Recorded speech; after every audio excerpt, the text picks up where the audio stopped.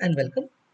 Today in this lecture, we'll be discussing about experiment 7 called stress relaxation.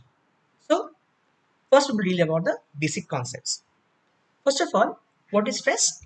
Stress means it refers to the internal resistance that basically is developed in a material when the material is subjected to a kind of external stress or external force.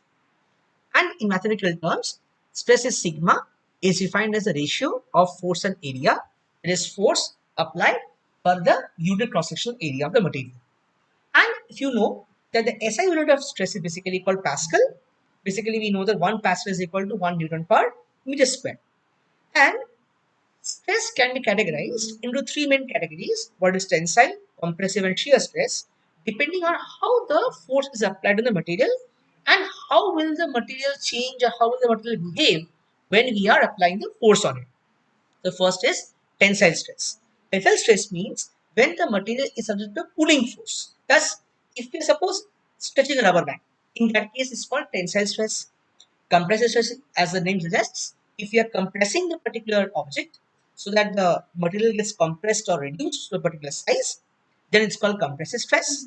And shear stress means when the forces they act tangentially or parallel to the material surface, leading to sliding of one layer over the another. This is the first point. Then we have strain. Strain means suppose we are giving a stress, how much the material gets deformed or how much the material will change shape if an external force is applied on it. Yeah? And strain basically is defined as del L upon L0. Epsilon is equal to del L upon L0. It's basically a ratio. And thus dimensions are not there, so there's no units are there. And depending on the same thing, tensile strain, compressive strain, and shear strain, as discussed in the previous slide. Then we have Hooke's law and elastic behavior. So Hooke's law it basically is a law which helps us to understand that how a material behaves as an elastic and a plastic behavior. That means basically when a stress is applied to a material, then remember this that in a particular limit, the stress is proportional to strain. Well, mathematically, it's called as epsilon is equal to E into epsilon. Okay. And this E is called the Young's modulus or modulus of elasticity. It basically gives us an idea how stiff or how hard the material is. Now, Hooke's law is applicable only for the elastic region. As you can see from here, in this case, up to this point is your elastic region. Once it crosses this limit called the proportional limit, it starts to deform and it enters a plastic region. Plastic region means once it crosses the elastic limit, the material will never come back to its original shape. It will permanently get deformed. In that case, we have this elastic region. And this point beyond where the proportionality will no longer hold is called the proportional limit. And elastic limit is what? Up to what extent can the material withstand the stress in order to recover its original shape? And fracture point means the material will completely disintegrate or break down. It simply corresponds to the chain rupture. Then we have the concept of viscoelasticity. In case viscoelasticity, basically, it is the property of a material that exhibits both the elastic and viscous responses. That is, both elastic and viscous properties are actually there in the particular case. And it's very, very interesting that viscoelasticity is basically seen in polymers, especially in biopolymers, soft tissues, etc. Now remember, if a purely elastic material is there, it will completely follow Hooke's law, and a pure viscous material, on the other hand, will follow the Newton's law of viscosity. But the problem is, in case of viscoelastic materials, they will exhibit both of the properties at the same time. Which means, if you see very carefully, they will have a higher elastic limit and then slowly it will start to gradually fall down. That is, it will not be able to withstand any more stress and will get permanently deformed.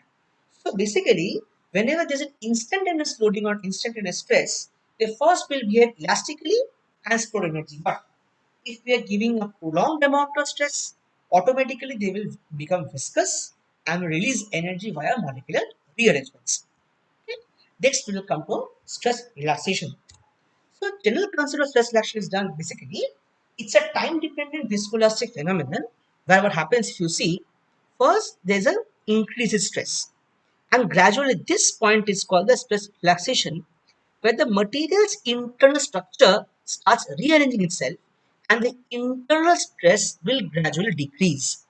So this is the most unique property of any viscoelastic material like polymers. Why? Because suppose you are stretching a polymer, you are basically pulling a polymer from its own position, and you are constantly you are applying a constant deformation. What will happen? Initially, there will be an obstruction or a resistance in the movement. That is called elastic response. But as the time will pass, what will happen? The molecules will start rearranging among themselves and therefore will decline, a progressive decline in stress with time, as you can see in this particular figure, right? Therefore, stress relaxation basically gives you an overview how the material behaves under stress and how the material tries to reform itself if the stress is there. Or now we'll have the stress relaxation in polymers, where the stress relaxation in polymers is basically a direct consequence or a direct result of the viscous molecular structure.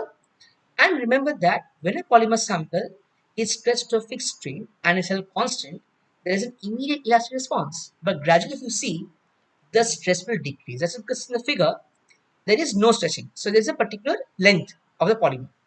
If you stretch, basically, there's an elastic stretch. So there is an increase in length, right?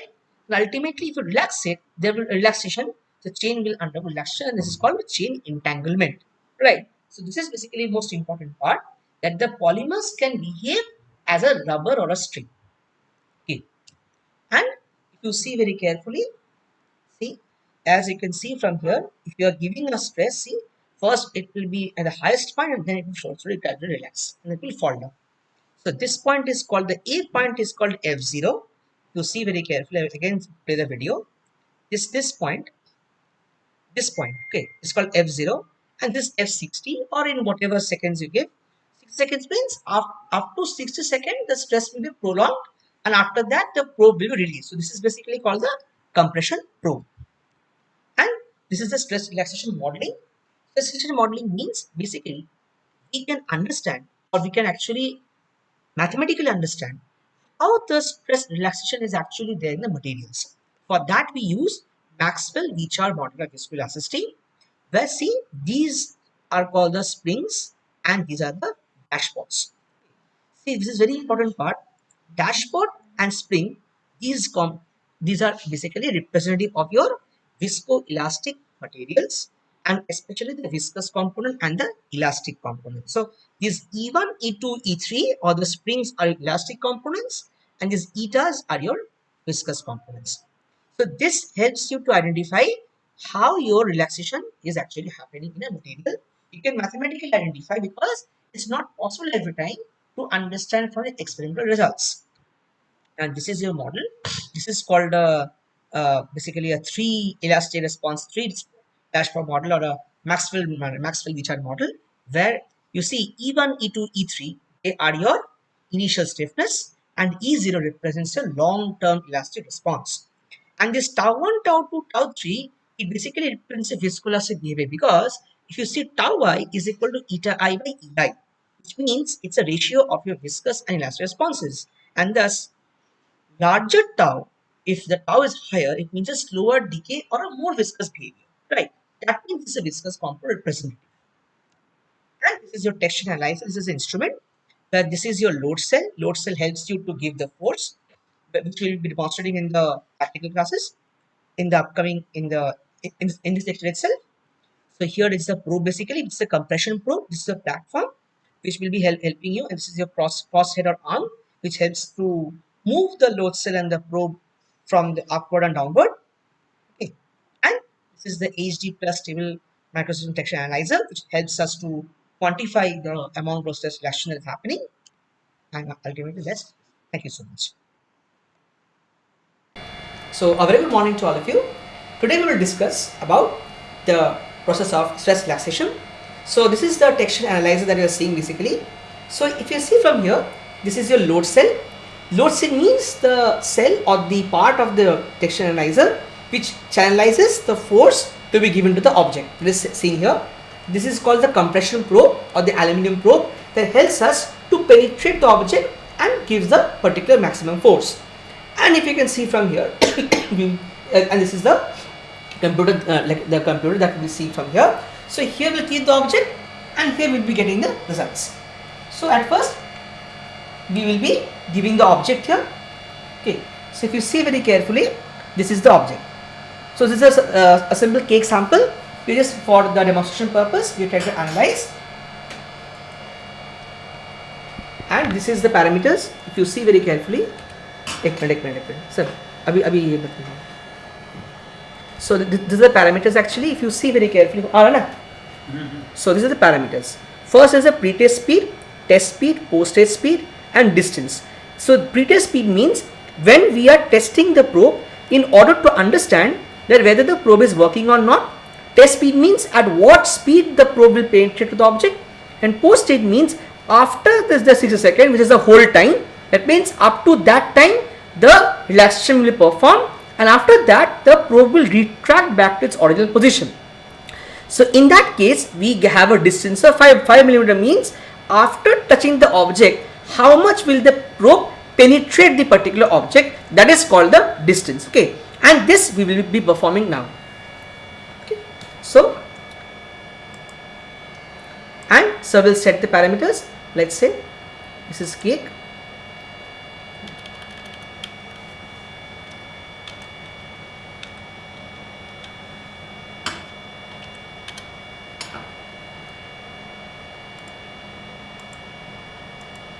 Okay, so now the probe will start penetrating. If you see the very carefully, the probe is gradually, if you see very carefully, the probe is gradually touching the object, and then it will give the force.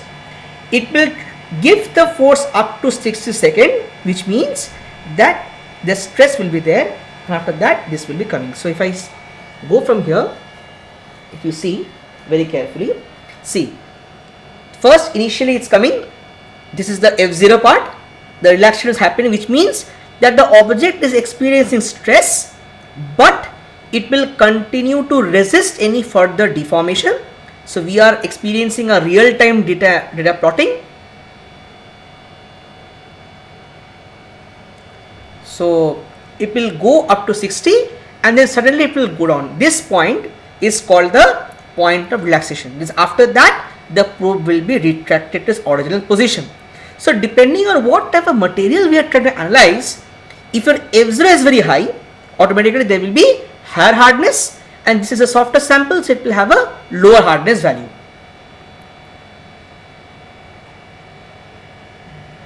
See, there will be a breakage at this point, and again if you see very carefully, so here if you see very carefully, so the probe will be retracted back to its original position. So in this way we can analyze the stress relaxation behavior of a particular sample. Now if you see very carefully, this is the F0 point, this is the F60 point. So this is the hardness value for 144.9, and then it will come here. Okay, in this way we can analyze the relaxation pro forma or the profile of the particular samples. Hello and welcome.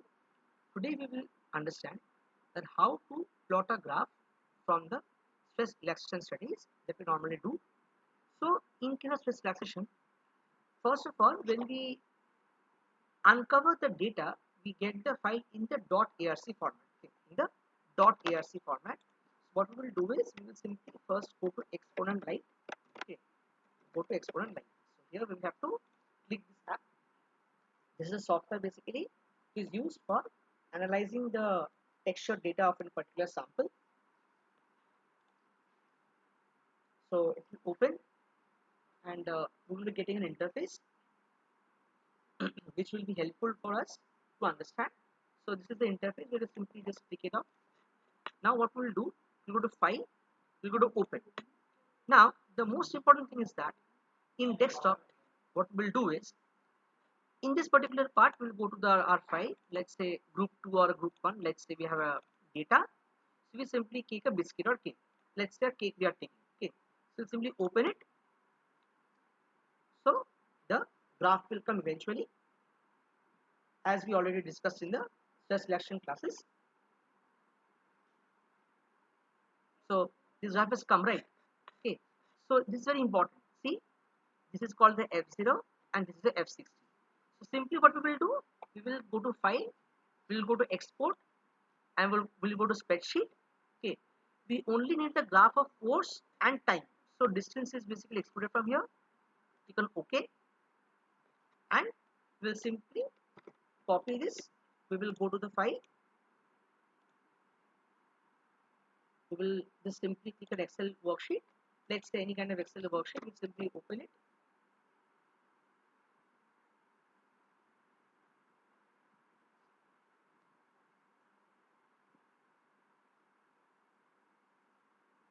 So the Excel file will open, and we simply need to copy the data from there to the Excel file.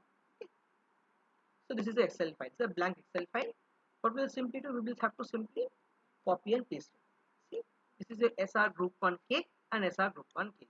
Now remember this, that your time will be in the x-axis and force in the y-axis. So what we will do, we'll simply go to the origin file. This is the exponent light file. This is the origin software. So we will simply have to go here. First, we'll do Control Shift and down arrow. We will do copy, Control C, and here we will do Control V. And also we will simply do here as this is Control Shift and down arrow, Control C, and this is your Control V. Okay, we will write here as time, bracket seconds, and here is force in grams, as was given in the software. You see very carefully, right? So in the software, if you see, if you click this here, see force in grams and your time in seconds. So simply what we will do, we'll click it here and go for the line graph. So your graph will be originated.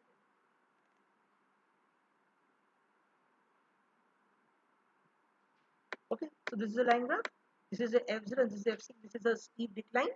So you can just simply, you can change the axis labels, as you can see here. If you double click on the axis labels,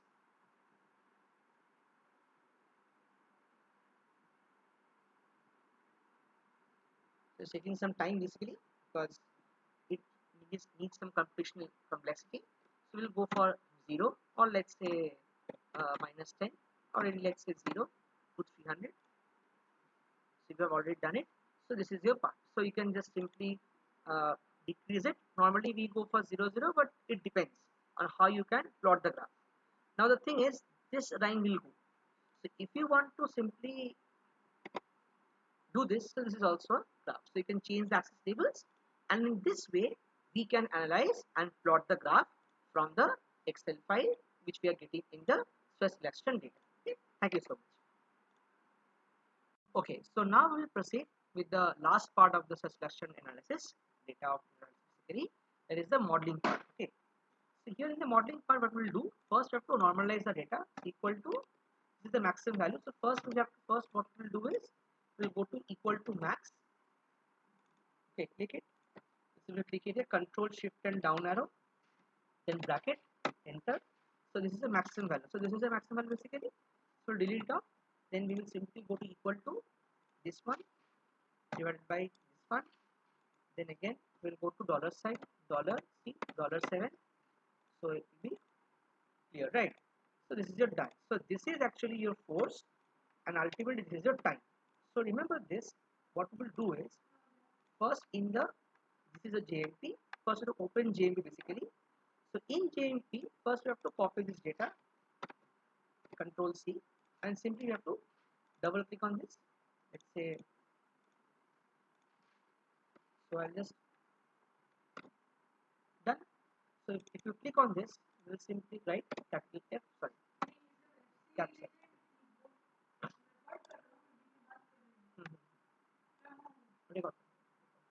So now what we'll do is we'll go to this one, Control Shift and down arrow. We'll go here, and again we will copy here. Okay, so done. Now this is your time, small t. So here, So F and T are there, right? So this is the what is the time. And the third column is a formula. So first right click. So first we will first double click here. We'll give formula. Okay. Now after this, double click the formula. Again recheck it. Right click, formula, done. Right. So now I'll simply copy this formula basically E0 as I've taught you in the theory class, in the theory part of the practical session. So this is your part. Simply enter it. So now I have to manually input some values. So what are these values? Basically, these are particular approximations which you have to do basically for any kind of mathematical modeling. Okay. So what we will do is simply go to parameters, new parameter. We will first go to E0. It's basically I calculated. So based on your data, you have to calculate. This is your E0, then your E1. So see very carefully. As you're entering the values, you see the things are becoming black. Black means a value assigned. Okay. No, t is variable, right? So t will not be your thing. So E1, E2, E2, E2 I'll enter. E2 is 0.1353. Then new parameter, then tau 2, then tau, then again E3. E3 is your 0.1562. These are some of the values that I have calculated basically. This is not thing. Then your tau 1. Now remember this, when you are putting tau 1, your tau 1 should be less than tau 2 should be less than tau 3. That is tau 1 less